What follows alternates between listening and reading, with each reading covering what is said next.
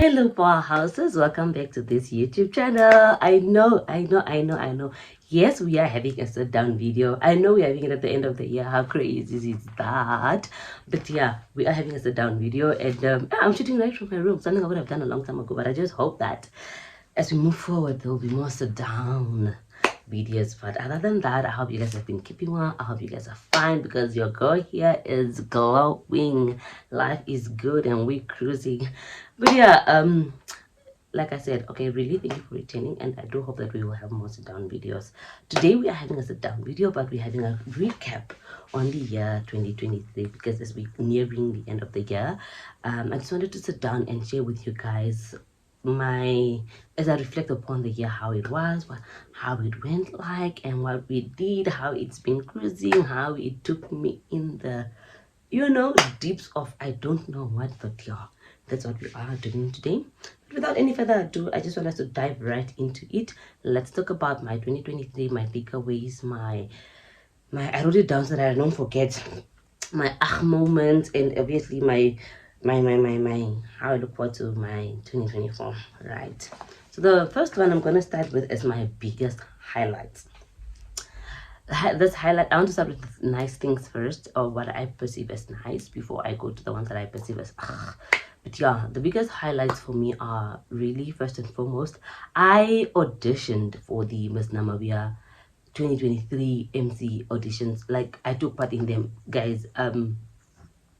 It's something I wouldn't do. I knew I was a speaker, or I knew I could, but I didn't believe that I could do that, and I got the post from two of my friends. First, one friend sent it to me, and I'm like, really? Okay, I didn't believe in myself that much.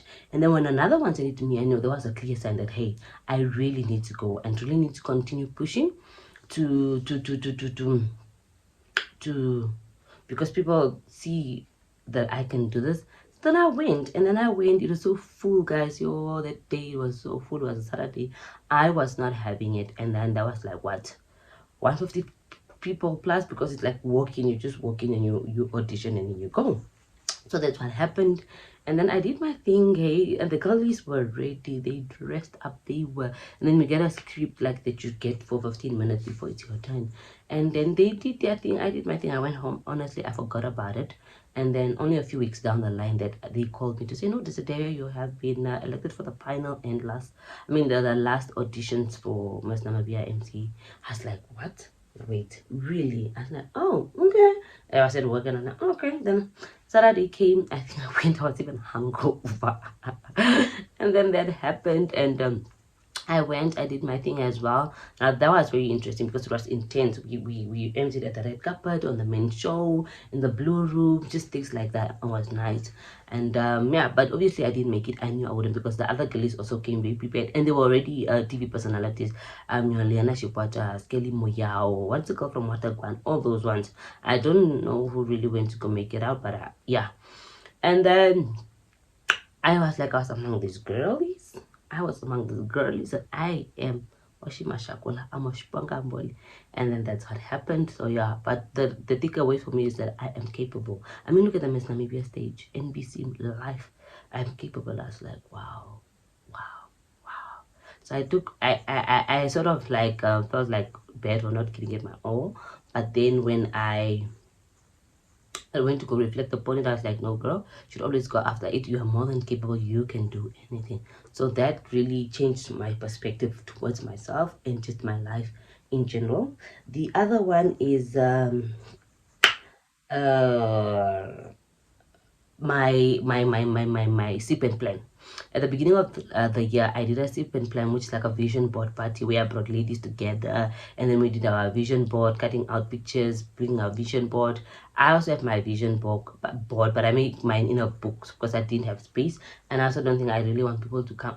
I wanted to make the one that I put on the wall, but I didn't want people to come in and look at my goals and know what it is that I want to achieve, because some of it is really pictures and it's items that I want to attain, for example. And let's say for finances, if I want to save 50,000 towards end of the year and people are looking at my vision board like that.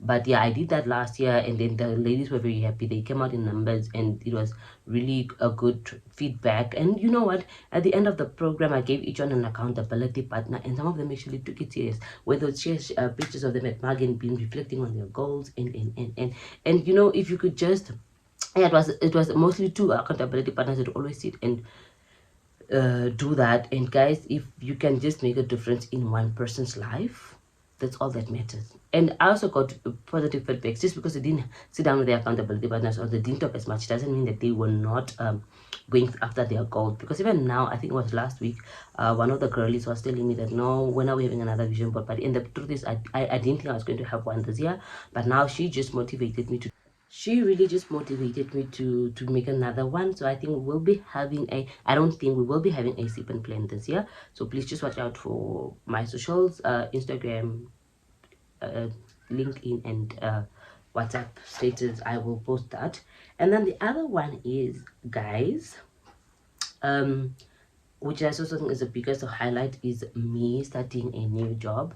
I take pride in what I do. That is one thing I've been doing. Everywhere I worked, I take pride in the work that I do. And currently, I am the marketing and public relations officer for August 26 Manufacturing. How crazy is that? It's crazy because that when I first finished school, I knew what I wanted to become. Guys, now I always know what I want to become. That's why I journal a lot, I plan a lot, I strategize a lot. So I always know what it is that I want in my life. So I've always wanted to become a marketing and public relations officer. For some wild reason, that is the title I wanted. I did marketing internship for free for 2 years. I didn't get paid. I was still going to school. When I finished school, I then became a salon manager. You know, when you're just hustling, then I became a salon manager at really nice salon in town, hey, like these bougie salons where they don't braid, it's just wash and blow for the lanis. It was in town there by Checkers, Old Kalahari. It was still Albany. They're working for it building. Yeah, and then from there I went to become a marketing officer at Quiversoft. And then when I was a marketing officer at Quiversoft, it was nice. And then when I got another job at Clocknet. And Clocknet, I started as a PA, but the marketing in me was just coming out. And then later, even my boss was like, no, let's make you the marketing officer. So then, but she also didn't want to let me go from the PA position. So I became PA and marketing officer for Clocknet. And then from Clocknet and August 26 just came back. I was so tired. I was like, why am I only getting marketing officer positions? Because I want, I have a friend, Andrea. We've been talking since then. She's always my friend. She was one of the friends in my circle that actually got this career building thingy, career growing ladder, up the ladder one step at a time. She got that. So she was more of also, she knew what I was talking about. So she knew that I really wanted to become a marketing officer. And she was like an admin in the admin area. So then when I saw August advertisement, I was like, wow, I'm applying. Definitely I applied. I went for the interview. Honestly, I wasn't so confident because first I was the youngest, and second, I met a friend. She studied at NAST marketing, and then she said, no, her interview was nice. She answered this. How did you answer this question? And we're talking, and I'm like, that time she doesn't know this is my dream job or this is what I prayed for. And she looks like she nailed it because my interview was the shortest to make it make sense. And then they gave me a call, and then I started. And obviously, it's been a very good journey. I will not lie to you. I feel like I am stepping up my career. Really, it's coming in very handy. I'm learning so much.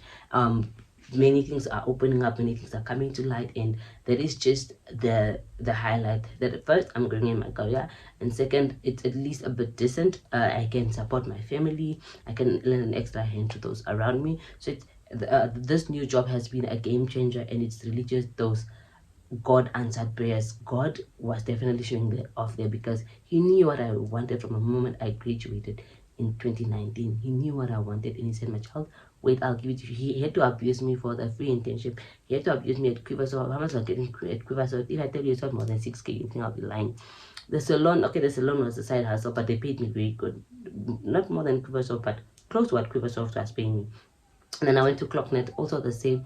And then he said, child, I was preparing you for something better because you stayed. I've been resilient. Even with what was happening in those jobs, I gave them my all. If you knew at Clocknet where I was happy and proud, and I would wear that with pride and say, this is where I am now. I'm going to bloom where I'm planted. And I think this was just a way of God giving back to me because I was not ungrateful. I didn't quit. I didn't do anything and say I know my worth or whatever. And then he was just preparing me for this job. And the good thing is that it can only get better from here. So guys, this was really answered moments prayers, but I also learned the power of being very specific in your prayers. So when you do pray, pray about exactly what you want, where you want it, the location, how much you want to earn, all those things, how you want the title to read. And that is just with all the other aspects in your life. If you're going to pray about a man, pray about how you want him, his physique, his career, his personality, all those things, his height, alles.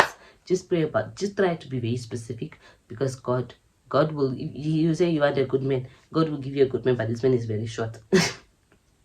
But yeah, you got what I'm saying. Anyhow, that's what happened. And then the other one is those were the sort of attainable or things that I saw happen. But one of my biggest highlight is where I have been with myself mentally, but also that was caused by God's grace in my life, God's journey in my life. Remember at the beginning of the year, I'm a very active going to church person. I go to church a lot, and I used to attend in Vanida, Roman Catholic. I'm a die-hard Catholic.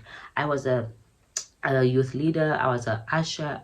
I read in the church. I was an altar server. I was a catechist. I used to teach Holy Communion classes. And then at the beginning of the year, I left my church. Catholic church, you are welcome to go anywhere. I left my church to start attending at the cathedral in town, there by opposite Metropolitan. That's where I started attending church, simply because I took a decision in my life to know God. I feel like going to church alone is not enough. I mean, going to church and doing all these things, because when I go to church, I'm not worried about Evanida, for example, who read, are my kids in church, how you are constantly not present for the word of God. You are more of a service provider, making sure that the people, the audience, are happy, and at the cathedral, I wanted to be an audience. I wanted to build my relationship with God. That when I come out of church, I heard the sermon, I reflect, I then get out. When you get out of the cathedral, I pray my rosary and I go home, and it's just a vibe, and just to be on a different level with God, you understand, and experience him and experience the Lord differently. And I think that was one of the best decisions I've made for myself this year, because the way I got to experience him, the devotions I've been having to myself, the sermons that thank God for that father at the cathedral. He's so straightforward, he's so eloquent, and he's so straight to the point where you know what he's talking about, and it will make you reflect on your life.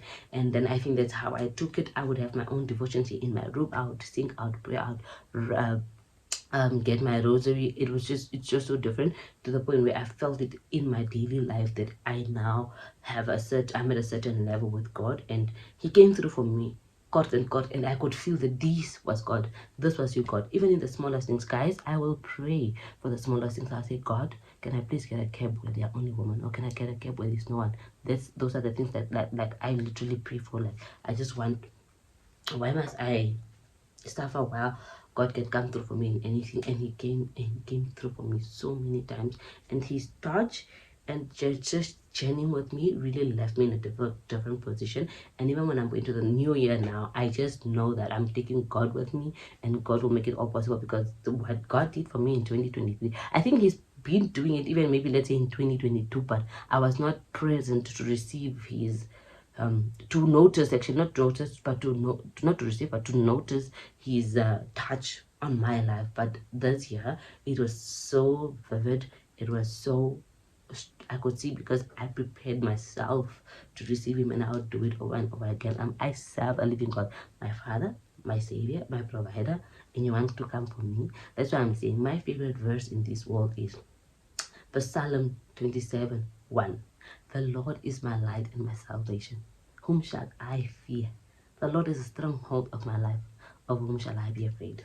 But yeah, I think those are my biggest highlights. And also, yeah, my mental state, my those are my biggest highlights. Now let's move on to my moments for the year, moments that I was not really confident, moments that made me feel a little bit bad, moments that went south while I wanted them to go north. Yeah, those moments. And one would be, when I got take this however you want to take it, but let's say I felt like, my previous jobs, guys, I feel like I have been sort of abused, not abused in a bad way, but I gave in more than what I got out, which is perfectly fine. It was a decision I took when I got the marketing and public relations officer, my new job at August 26 manufacturing. I allowed myself to feel, you understand, I allowed myself to be in the moment, because I then became a little bit very relaxed, like a burden was taken off me. And because also the job is demanding, I realized that I was having too many things on my shoulders, that I decided to like cut off. I stopped going for my public speaking club, Toastmasters. I stopped going to Toastmasters. I was also working for Future Females on voluntary basis, where I would go to these events, run their social media and all those things. I let go of Future Females as well. And guys, now this is just because it's just because like I said, I was allowed to, I feel like I took a lot of burden off my shoulders, but it's a holistic journey, man. Where I started from God and knowing what I wanted at the beginning of the year. I knew I didn't want to run around like a headless chicken. I knew I wanted to keep my job even before clocking out my utmost best, and too bad it had to end. Then I had to now give my utmost best to my new job, which is what I'm trying to do. And then I became sort of a little bit relaxed. I didn't have a lot of things on my shoulders, and I felt that. I felt nice. It made me feel good. It did make me feel good, but also it made me feel I'm not somebody that has time on my hands. And this year I had time on my hands, and intentionally, and it made me feel like, girl, it's keeping me a little bit lazy. But then I realized it's not lazy. I'm allowed to be in that moment. Like, I'm allowed to be in that moment because I deserve it, man. I had a lot of my plate, and it's opening up now new, because as I was going through the year, I identified new things that I want to take on. So maybe by next 2024 I'm able to take on that. So then the other one is I lost people I loved. I really lost people I loved, and in terms of death as well. And I lost one of my, who's like a mother to me. One of my aunts was like a mother to me, and she left so sudden. It's so sad. And I feel like I've now another not a burden, but another responsibility, especially towards her kids, because she also took care of us very well. Because guys, we finished school. It took a village for us to finish school. It's not our parents and Nesfaf only. It took a really big village, especially my story. It's a little bit of a sad story, but yeah, I lost her. And then the other one is also, guys, I lost my relationship. And it would look like it's the easiest thing that I did, but it didn't. I'm the one that did it. I'm not already talk about it, but it was also not an easy one. But it's sort of just, I had to, after realizing, because 2023 was a year of me reflecting and thinking of what I really wanted. 2023 was like sort of a new beginning for me. It opened up new doors, new ideas, and the way I want to view my life and how I'm gonna go forward. Like, I think it was just God's presence that was leading me, and I had to leave. It was not bad energy, not bad vibes, but not from me, maybe from him, because he felt a certain way, and it was sudden, but it was not the easiest thing for me to do. And I'll think of it sometimes. But yeah, I lost very important people. When they want nothing to do with you, it's sad. It's really sad. But yeah, that was my moment for 2023. And yeah, I think those were my not so nice moments. They were lessons, but I don't know. Yes, then the last one is my biggest takeaways for 2023, what I learned. One is to always give God a chance. Put God first and allow Him to lead you. His faithfulness endures forever. God is the light, the way, and the truth. There is nothing else that you can do in this life without God. So with that said, put Him first. That was my biggest takeaway. I cannot not do anything without God. I cannot go about my day without God. I cannot go about anything without God. And that's why I think certain things didn't work out, because I didn't pray first. Right? Yeah. And then the other one is be yourself.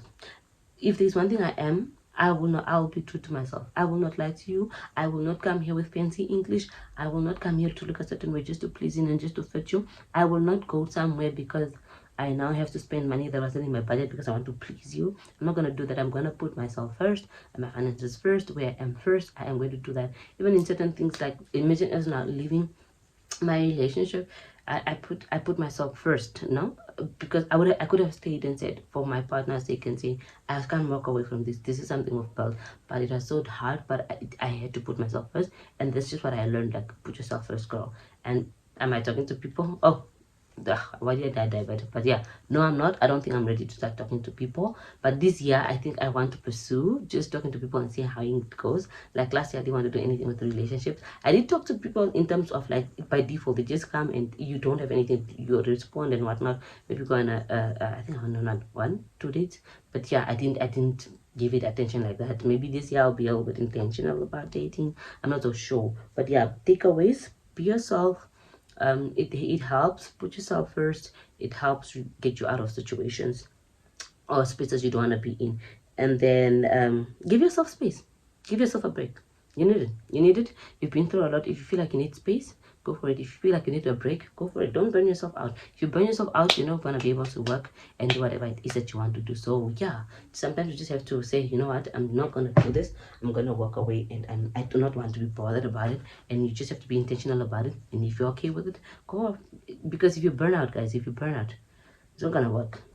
And then yeah, I think those are my key takeaways. And then the last one is my 2024. The truth is, I'm sitting here and I don't know, I'm not gonna lie, I do have plans for 2024, but I don't want to. And they already look just scaring me. I'm like, yo, I'm been asking God how am I going to do it, but then I'm like, what am I doing? What am I doing? It's not your life, my dear. This is God's life. So I'm just gonna place 2024 in God's hands. He did it in 2023, and he's gonna do it even better in 2024. With that said, we've come to the end of the vlog. I mean video. I hope you enjoyed it. Let me leave you with my favorite quote: the only person you're destined to be is the person you decide to be.